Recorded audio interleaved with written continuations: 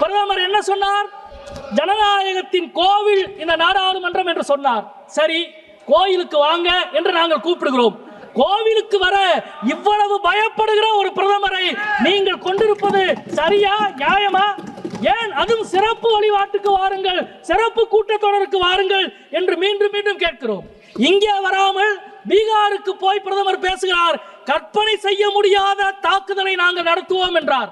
நாங்கள் எதிர்பார்த்து கொண்டிருந்தோம் கற்பனை செய்ய முடியாத தாக்குதலை நடத்துவார் என்று. நடத்தினார். யார் நடத்தினார்? அமெரிக்க அதிபர் ட்ரம்ப் நடத்தினார். கற்பனையே செய்ய முடியாத ஒரு தாக்குதலை.